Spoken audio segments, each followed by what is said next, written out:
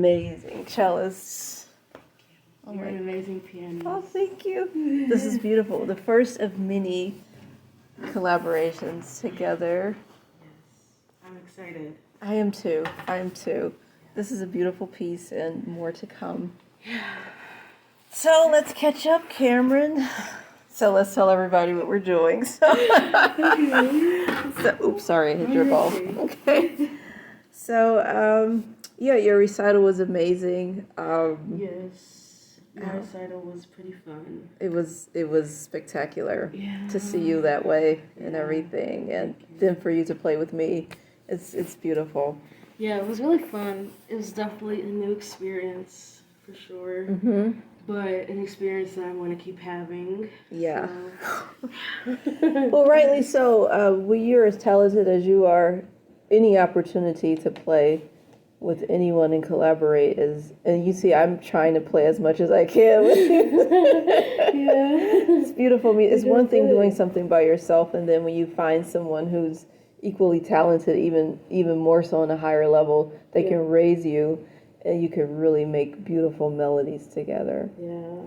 So I didn't introduce you. Oh my God. Okay, so this is Kamryn McCrory that I'm talking to, amazing cellist, and her history, as she will tell you guys about it. But let's go on over.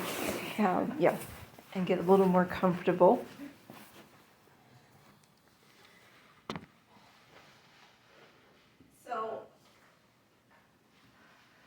Just before we did our impromptu recording there, we were having an interesting conversation about self-worth, self-confidence, musicians, and just people in general when we're worried about how we are perceived and when we're concerned about how good we are and if we're good enough. Yeah. I mean, I wish the tape recorder was on then because that was a beautiful segment of conversation, but there were a couple things that I remember that you said that stood out to me, and I'm going to try to recreate them. You said gathering evidence as far as who you are and put your thoughts on trial. On trial.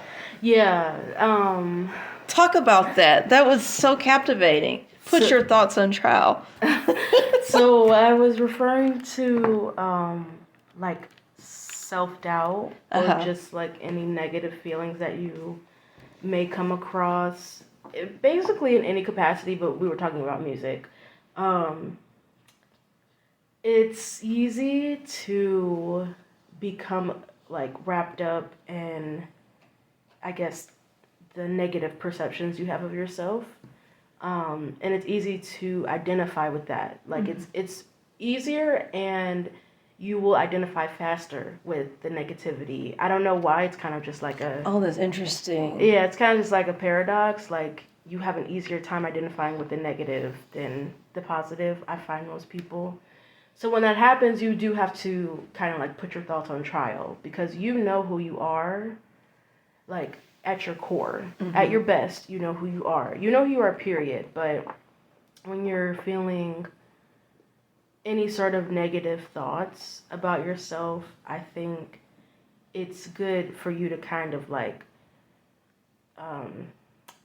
think of yourself in a courtroom. You know, I'm not super well versed on like the plaintiff and defendant, but like put yourself in those. Where you're going though. Put yourself in those positions. Like you are the plaintiff and the defendant, and you're also the judge.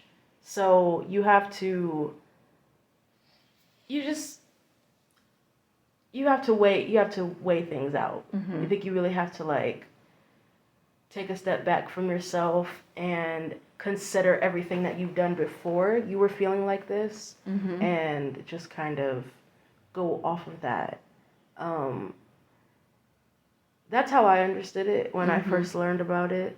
And then you could apply it to any situation besides music. But I think for music, like if you're feeling really stressed about your recital, you're probably going to catastrophize and think about all the things that could possibly go wrong. even the ridiculous things. Like, yeah, like, Yeah. for me, like, I was thinking, oh, what if, like, all my strings popped off at once? Like, what am I going to do at that point? You know, I just have to stop and get off stage. So, or, like, I don't know. It's just, Oh, my God. no, you're okay. But, it's just, it's, like, crazy stuff like that. That is crazy. Yeah. But people really have those thoughts. Yes. And I have those thoughts sometimes, or I did before my recital. And so I had to, one, think like, okay, the likelihood of that is very, very low. Right. Also, something else I was thinking, like, well, what if I stop randomly in the middle of my piece? Oh. Even though I know the piece very well. Yes. So that's the part where you have to, like, put your thoughts on trial. I see. And say, like, okay, well, have I ever done that before in the past? If you have, was it noticeable? What were you able to get back on track? Was it, you know, like you had to stop and restart the whole piece again? You know, those type of things. I hope not. Oh, yeah, thank so God. right. You just have to, you know, like weigh out everything. Okay. You know, it's not because you will have a good and a bad answer to whatever it is. Like, let's say I have restarted. I had to stop and restart the piece. Okay, that happened, but you don't know if it's going to happen at your recital, or you don't know anything right now for sure. So in order to stop like catastrophizing, you know, weigh the options, you know, get yourself in court, you know. I love that. Yeah. Because you're right. It's like examine the evidence. Yeah. Do you have a basis for believing this? And if you have had slip-ups in the past, how did you respond? Yeah. And I highly doubt any one of us has had to go back to the very beginning of the piece. Yeah. Although I do have to say this, the recital that I played on, the February recital that I played on, I walked out on the stage and I literally forgot the entire first page except the first line of the Rachmaninoff. Really? It was a disaster. In my mind, it was. But when I listened back to the tape, no one really would have known that, because I was able to stitch that first line together with the second line on the second page. That's how much I had skipped. Oh, you skipped. But I mean, like, right, I said, oh, that wasn't that bad. You know, when I listened, but I knew in my mind and heart that there was a whole thing that was gone, just missing. And but that hadn't happened in practice or But, you know, I did that in my recital too. When I performed one piece from memory, and I was super distracted. I was already nervous about it, but I forgot like 2 measures, and then I just went on. I couldn't remember the in-between part, and so I just had to keep going on. I mean, it's all in the same key pretty much. So. Right, yeah, the theory helps out too. Yeah, knowing the progression and knowing, you know, what's coming next. Yeah, that's how I memorized the piece. It's only going between like 3 or maybe 4 chords, and just, you know, obviously in different inversions, but I mean, that's pretty much how I deal with that. I don't have, again, like I said, I don't really have trouble performing. I do get like the regular amount of nervousness, like the healthy amount. Yeah. But I don't really get like overly nervous anymore, like super shaky or. Oh, really? Okay. Not really. I would say my first concert at CSU, I did. I'm not sure why, but that was the only time I ever got shaky. To the point of distraction. Yeah. But even when I'm playing and something does go wrong, like if I'm playing in a quartet, and I notice something's off, I will start to shake, and I will like still get nervous. But that's different. That's collaborative music is different. When you're playing solo, it's more obvious. I agree with that. Yeah, like the quartet just played for the last time a couple weeks ago at the beginning of the month, and we did get a little off in one Mm-hmm. of our pieces. So, but we used our like collaborative skills, our quartet skills to get back on. But it's not as gut wrenching as it is to perform solo when you like have to. There's no cover for you. Yeah, because I like to think in like DEF CON, like DEF CON 4, DEF Yeah. CON 1. Yeah. Like in DEF CON, like, or string quartets, like DEF CON maybe 2 when you Okay. get off. Wait, As they get lower, it's like not as bad. okay. Or when they get higher, do you know? When they get higher? Yeah. Like people say like DEF CON 5. Okay. No, I don't know You don't about know? that. I think it's No. when they, I don't know. Anyway. It's No, just one of explain the- it. Tell me about it. I don't know it. I think it's from like Oh. Star Trek or something. Oh. I never seen Star Trek or Star Wars. Yeah. It's I saw one episode of Star Wars.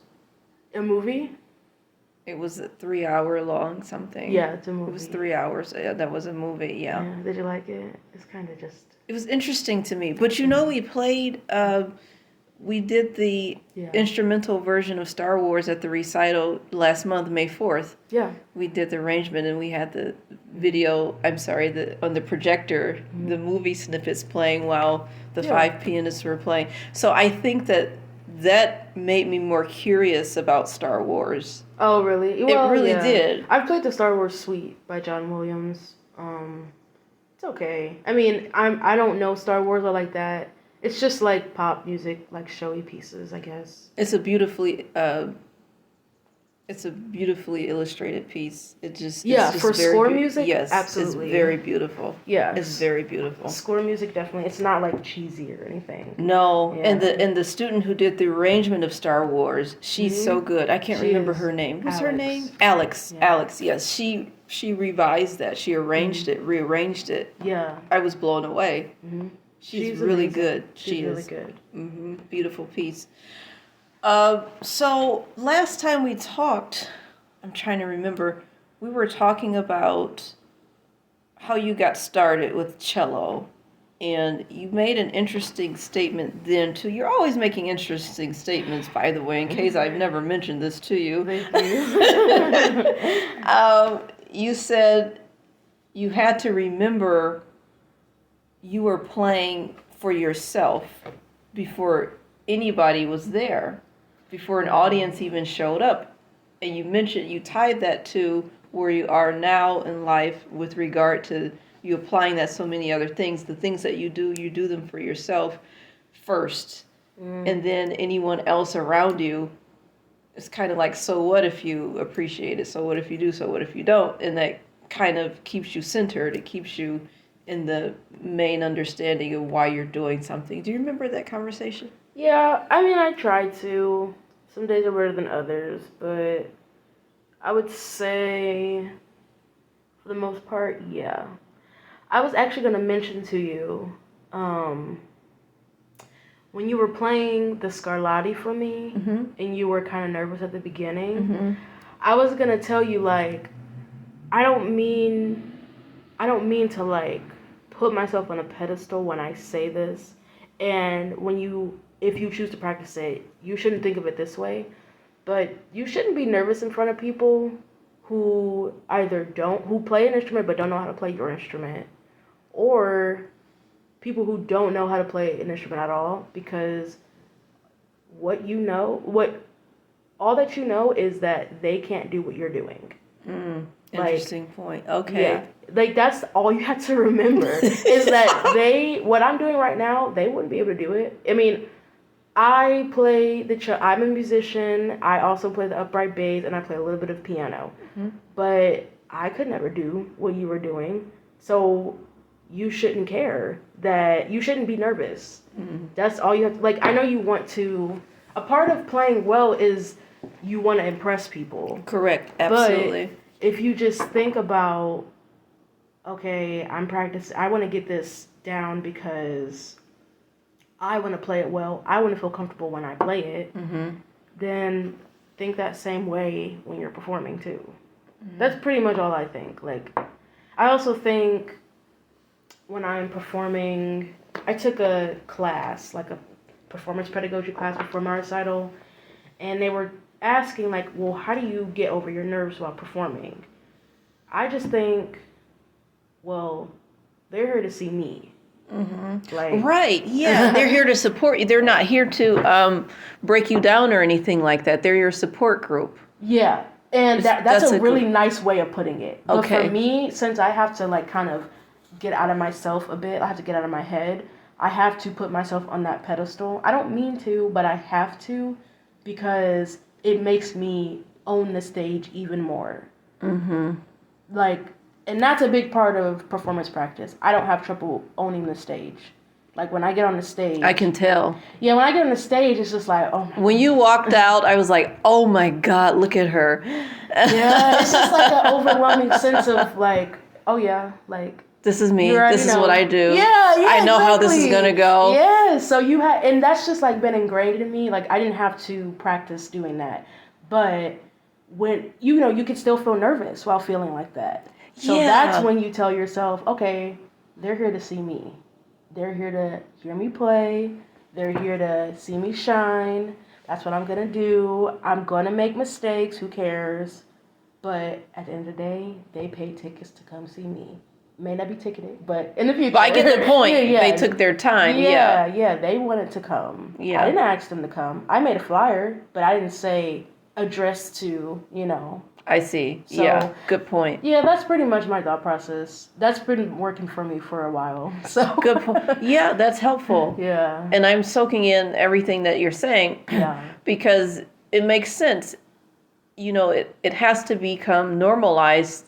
It's like if I'm out in public or reading or something in a group or something, I don't get nervous when it's my turn to read a passage in class or something like that, because I know how to read very well. Also, I don't know if I'm sure you have, because you have your master's in English. Public speaking, if you're a good public speaker, you can perform well. I'm a great But you would speaker. think that it would transfer over. I'm not really nervous speaking in front of groups of people, but it's something about when I sit down at the piano, it's very different, and I don't know what it is. But I've been reading a lot about stage performance and stage anxiety techniques and things to do, like pausing. You don't have to start playing right away as soon as you get on the stage. Yeah. Having a scenario playing in your mind also. Yes. As to what story are you trying to... And we know all these things, but it's like when you get on stage, they disappear.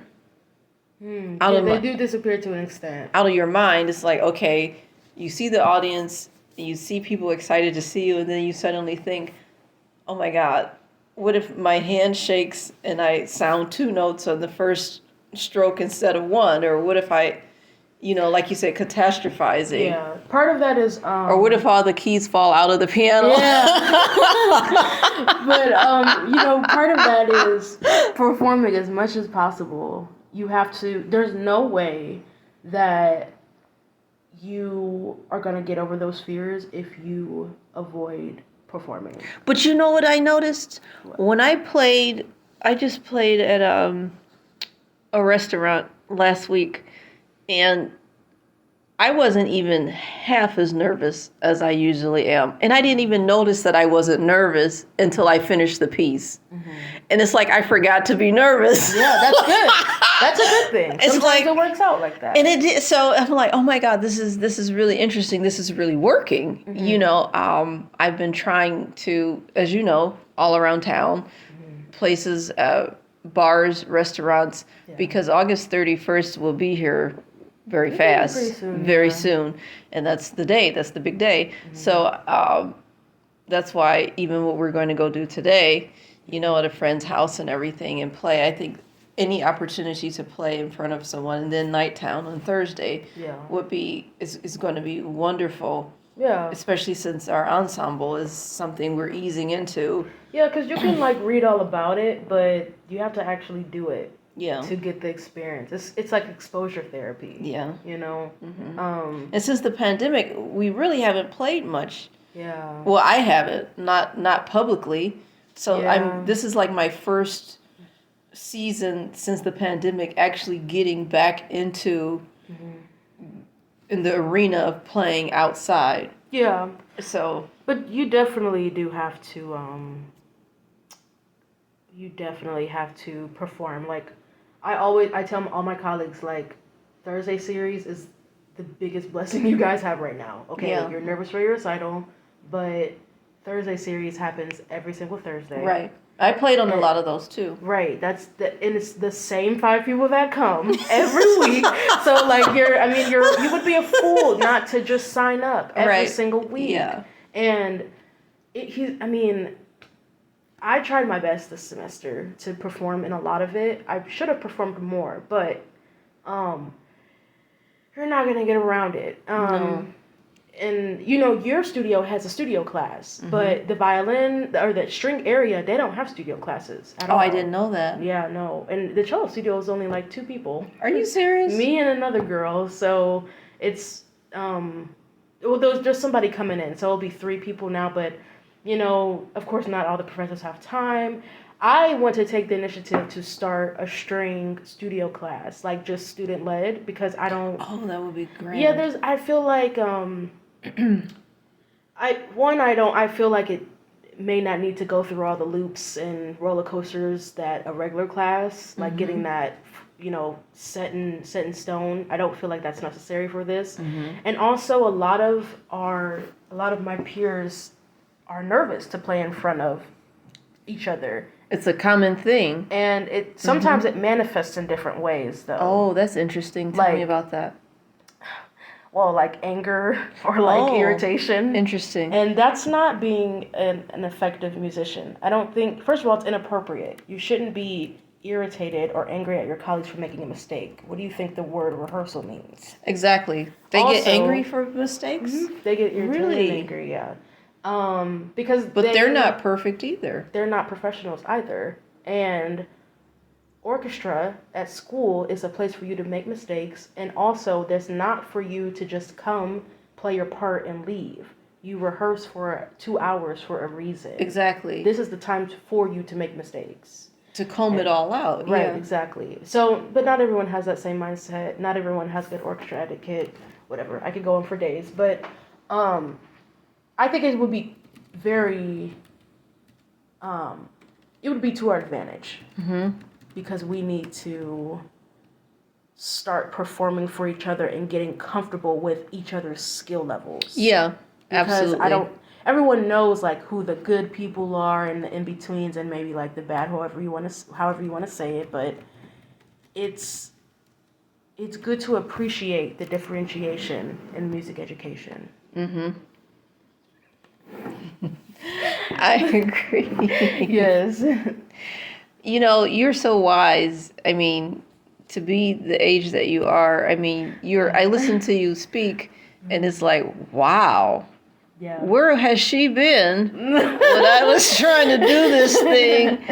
So, we're on the topic of music. So, I feel everyone has a song that has kept them grounded, centered, and going. I think last time we talked, you mentioned a song that you liked. Money. Moonchild.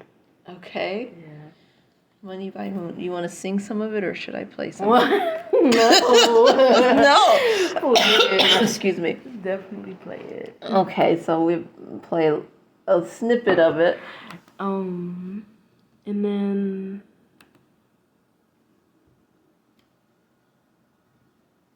you want to put it like right here? Is that it? Yeah, you want to put the tab right there? Okay. This here? Is that what you mean? Oh, Yeah. To fast forward it.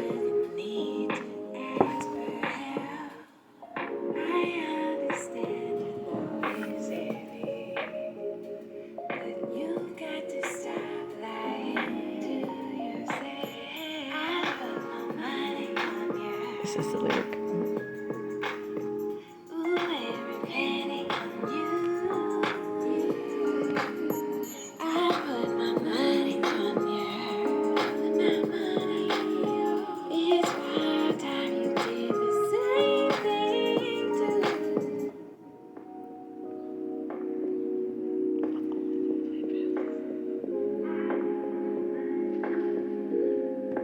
I like this tone. Yeah, me too. It sounds like she says, I put my money on you. It's about time you did it too.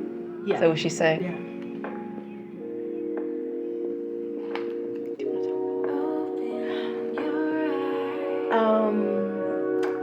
Well, It sounds like she's saying, open your eyes. yeah. So she's like referring to her friend. She wrote it for a friend who is an artist, but who deals with similar things like us, like self-doubt. Maybe they don't think that they're enough to make it out in the artist world. So she's saying, like, I put my money on you because you're worth investing in. Oh, see. Yep. You know? So this lyric, I've pulled up the lyrics. I put my money on you, my hard-earned money on you. I put my money on you. It's about time you did the same thing too. And then she was saying something about open up your eyes. Right. Where is that? Here it is. Oh, I see. Open your eyes. Thank you. You've got the heart, the love, the drive, busy knocking at the door, but you've got the key. Wow. Yeah.